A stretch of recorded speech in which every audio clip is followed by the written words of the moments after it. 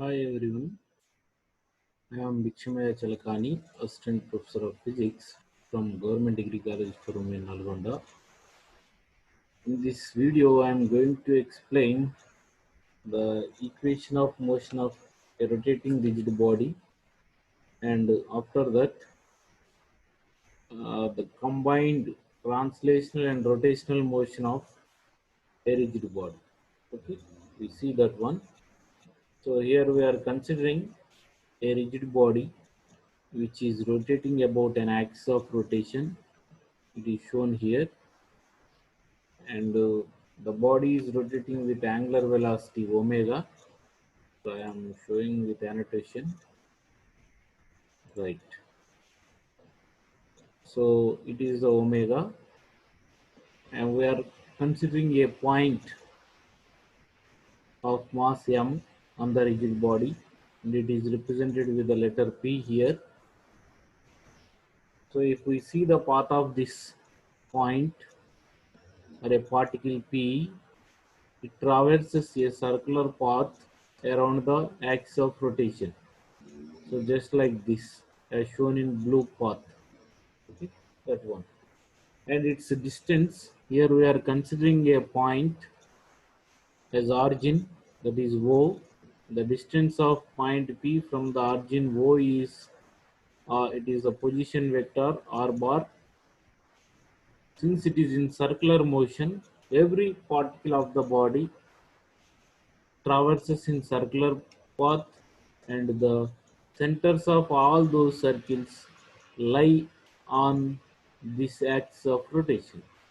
So in that case, so the particle P is rotating in circular motion, and with the velocity, angular velocity omega, so then its velocity component, tangential velocity component along the tangent of the circle is v bar here. So that is given by this relation v bar is equal to omega bar cross r bar. So and here from this it is clear that v is perpendicular to r and also perpendicular to omega bar. So omega is the angular velocity. It is in the direction of axis of rotation. Okay, so that one. We now from this figure v is perpendicular to r bar. Okay, so the linear velocity of the particle p is p bar is equal to m into v bar. So, but we know the linear momentum of the rotating rigid body is the sum of the moments of momentum of every particle. So that is summation r cross p. So if we write the p value, that is mv bar, so we are seeing here. So from this, the direction of angular momentum is clear that the L bar is perpendicular to R bar and perpendicular to V bar.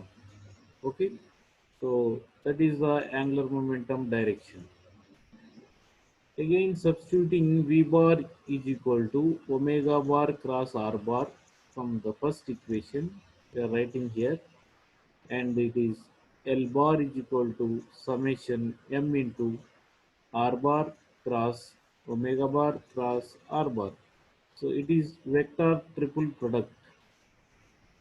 So we know the vector triple product value according this equation. If there is A cross B cross C and A, B, C are vectors, then the vector triple product is equal to A bar dot C bar into B bar minus A bar dot B bar into C bar. Okay, we are seeing that. So now L bar is equal to summation. So similarly, according this equation, we are expanding the above vector product.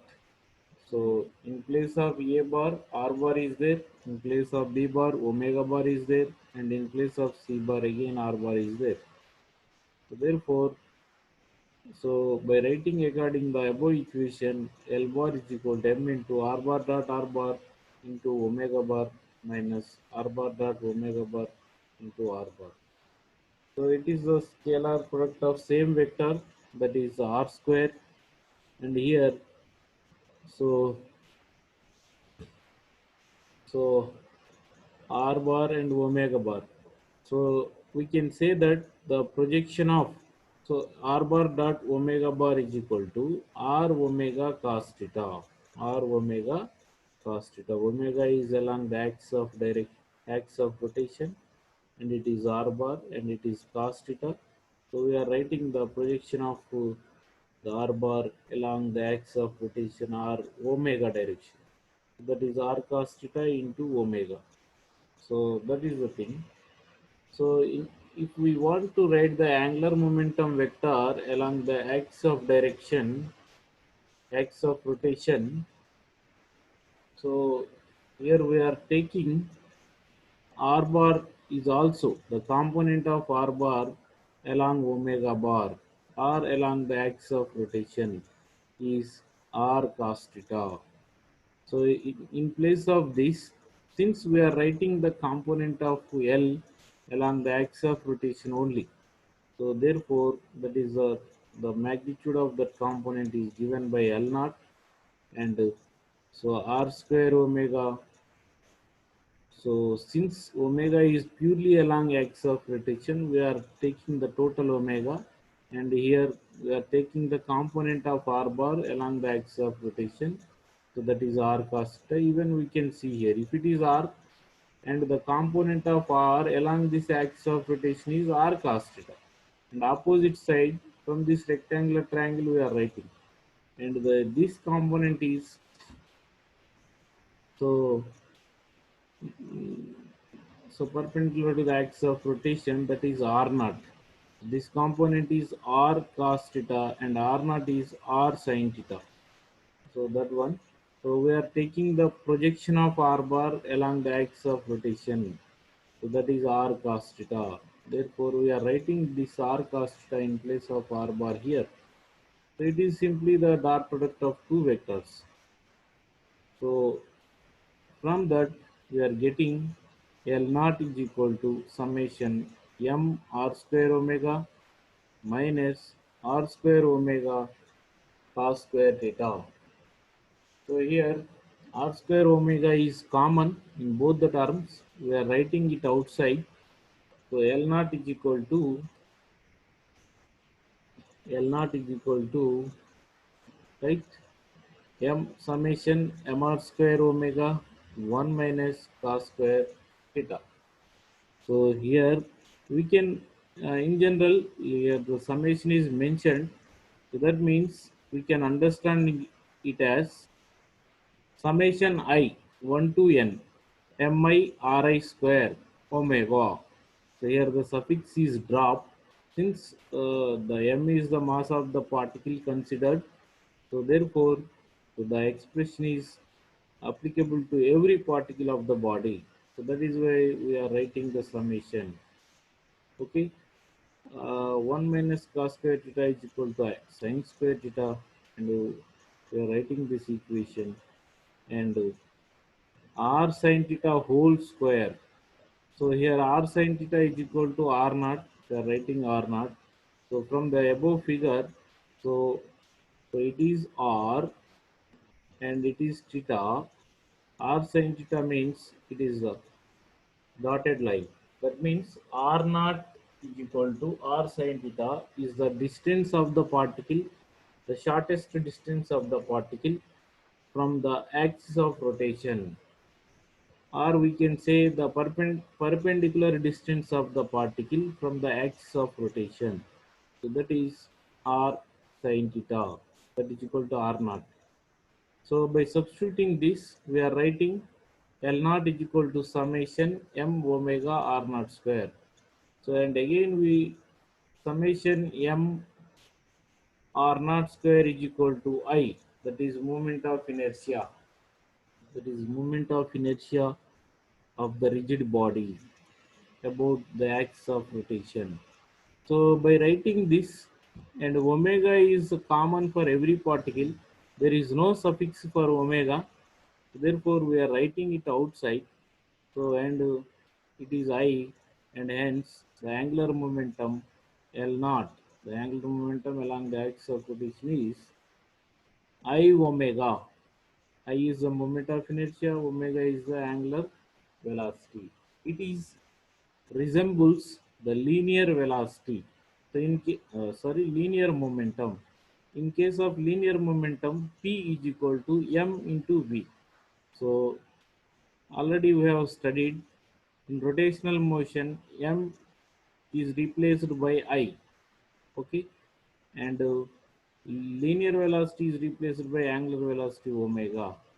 So in that way, however, there is the linear momentum is equal to P into V. In rotational motion, the angular momentum L naught is equal to I moment of inertia into angular velocity. So it is the equation. So now, so we are going to see this d L naught by dt. So we are differentiating the above equation, this equation, with respect to time. So with respect to time, dl naught by dt that is equal to I times d omega by dt. Okay, d omega by dt. So, but regarding the definition of angular momentum, so it is the summation of moment of momentums of all particles. So we generally call or read it as momenta of particles. Okay, so that is r cross p, and it is corresponding to all particles. Therefore, sum is given. So we are differentiating this equation. L naught is equal to summation r cross p. Differentiating the equation with respect to time, we are getting this equation. So dl naught by dt that is equal to summation r cross dp by dt.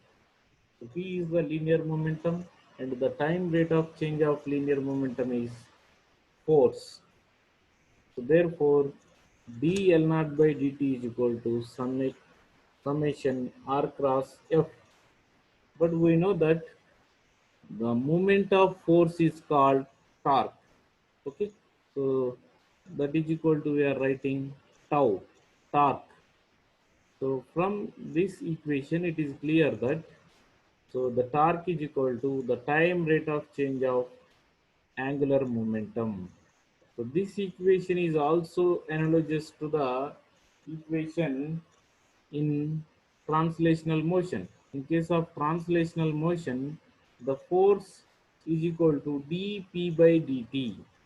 So the force is replaced by torque in rotational motion, and the linear momentum is replaced by angular momentum. So we are getting the similar analogous equation. That means they are same in form.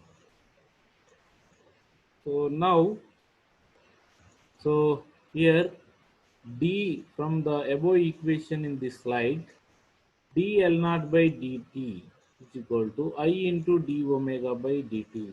So we are writing this. So we are writing here in place of dl naught by dt, so I into d omega by dt. So from this it is clear that tau is equal to I into d omega by dt. Okay. So just like, however, f is equal to m into dv by dt, here the tau is equal to I moment of inertia into the time rate of change of angular velocity. So that is the tau is equal to I into d omega by dt. It is the equation of motion of a rotating rigid body, and this one is also equation of motion of a rotating rigid body. So either tau is equal to d L naught by dt, or tau is equal to I times d omega by dt. So it is the equation of motion of a rotating rigid body. Now we see the combined translational and rotational motion of a body, a rigid body. So here we are considering a cylindrical object or a cylinder, so whose radius is capital R, and it is moving on a frictionless horizontal surface without slipping or sliding. Okay, so in this case, body is rotating about center of mass, and center of mass is in translational motion, or we can say it is a rolling body. That rolling body is equivalent to a body which is rotating about center of mass, and the center of mass which is in translational motion. That means center of mass is in translational motion. So just like that. So at the same time, same time, the cylinder possesses rotational motion and a translational motion. So now we can see with this animation.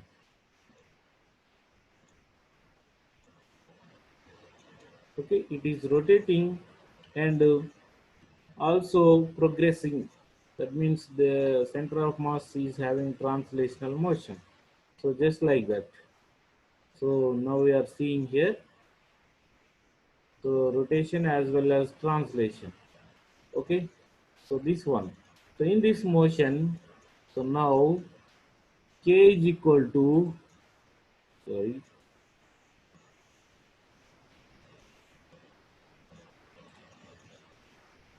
so, oh, right, so k is equal to, so the it is rotating, and so point every point on the surface of the cylinder, so rotates. Okay, so, and this is the point of contact. P is the point of contact, and C is the center of mass, and Q is the topmost point of the cylinder. So as time progresses, this cylinder continuously rolls in right forward direction. Okay, so if we see the velocity of a particle at a particular position, so it is shown with this. So if we locate one point here at some instant of time t1, so as it is moving, so the velocity of that particle is in this direction. So the direction is perpendicular to the line joining the point of contact and the point considered. Okay, so the velocity is perpendicular to the line joining the point considered and point of contact. Okay, in that way. Similarly, if we take any point, okay, so the point on the topmost, its velocity is in this direction. Okay, just like that. Now, okay, it is the thing. So it is having, we say that it is a combined motion, rotational and translational motion. So it is equivalent. It is equivalent to a body which is rotating about the center of mass, and about the center of mass, that means about an axis which is passing through the center of mass and perpendicular to the display. Okay, display.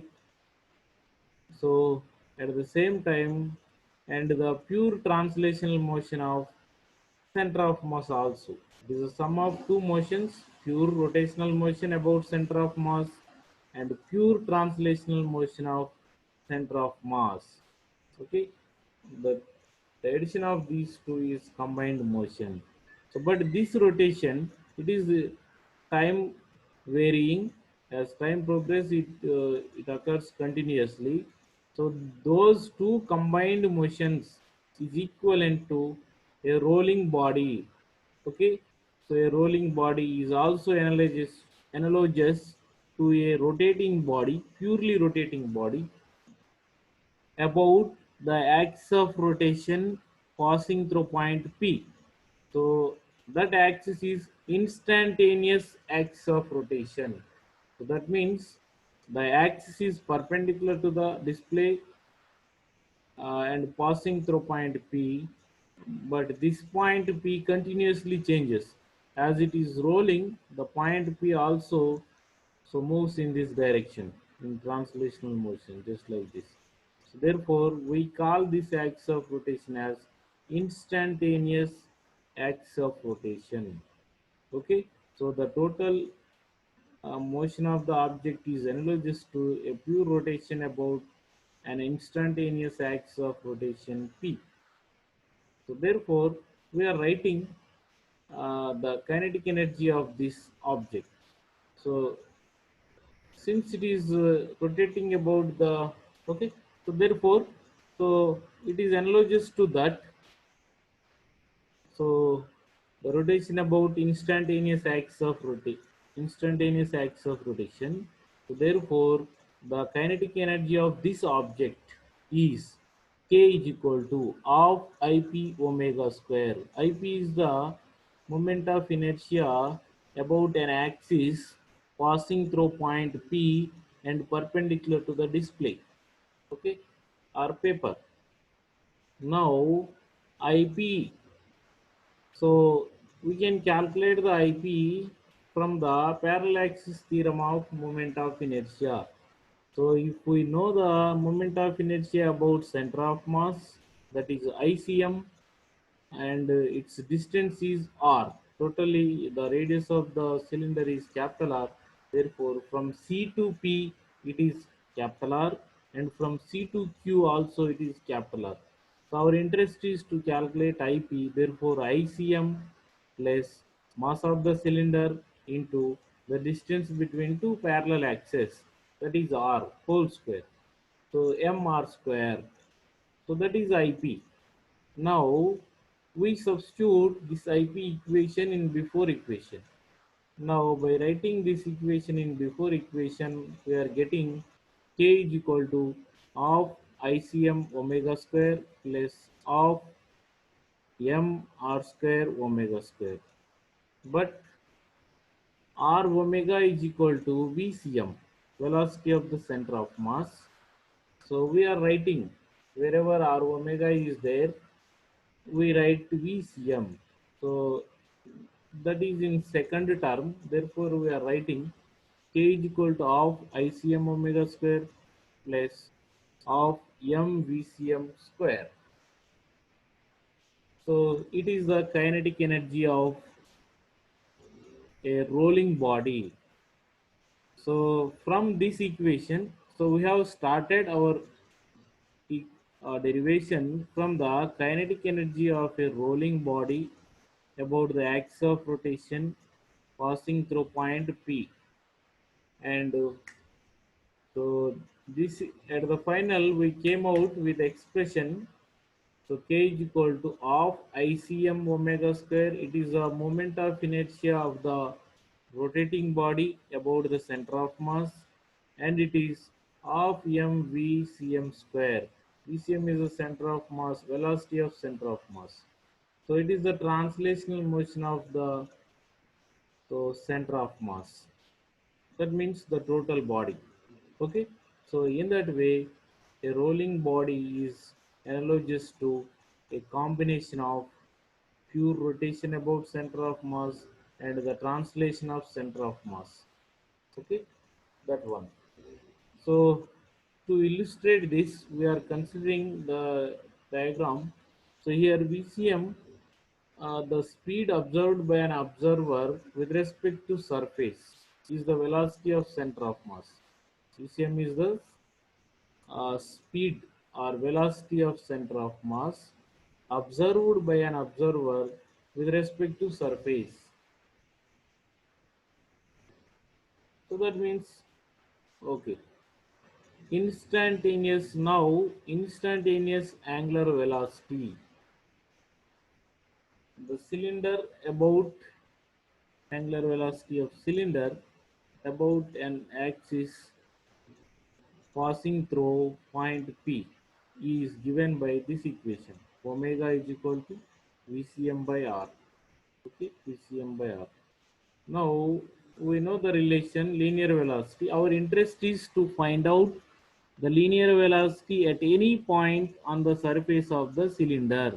Okay, our interest from this uh, example is to calculate the linear velocity of a particular point, any point on the surface.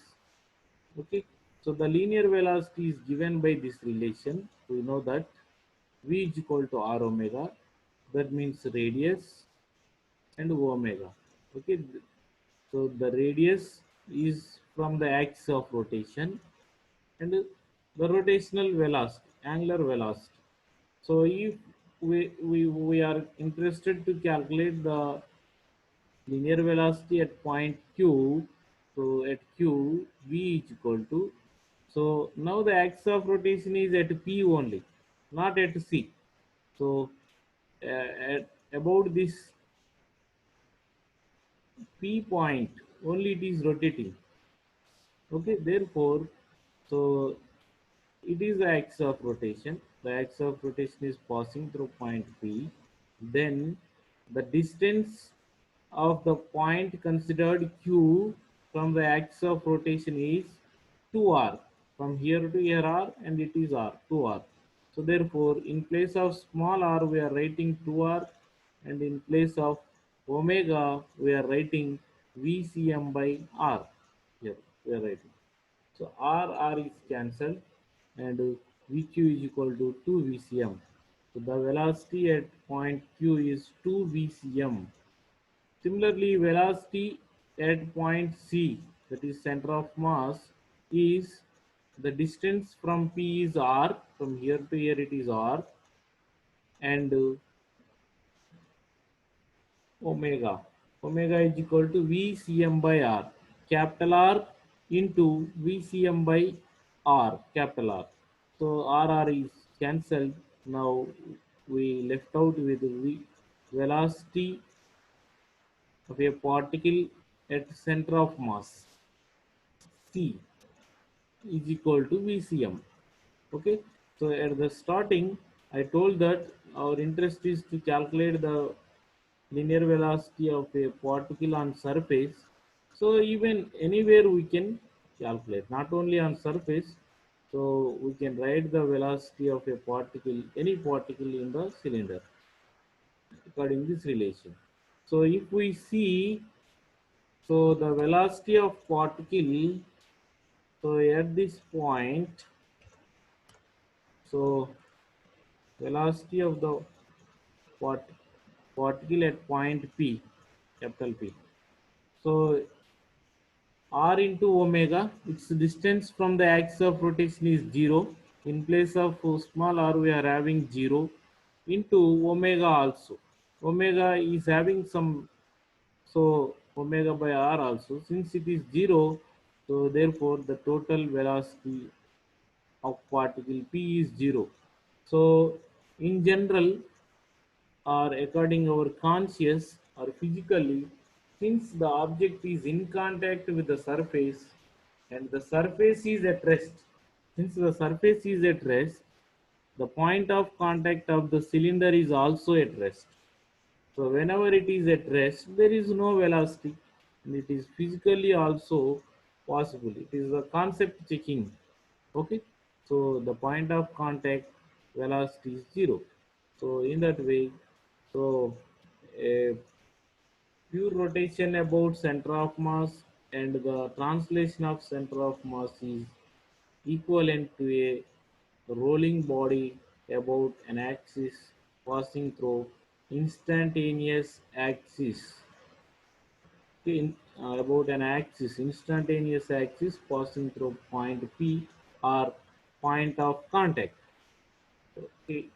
So in this lecture we have learned what is the equation of motion of a rotating rigid body, and so what is the kinetic energy of combined translational and rotating rigid body.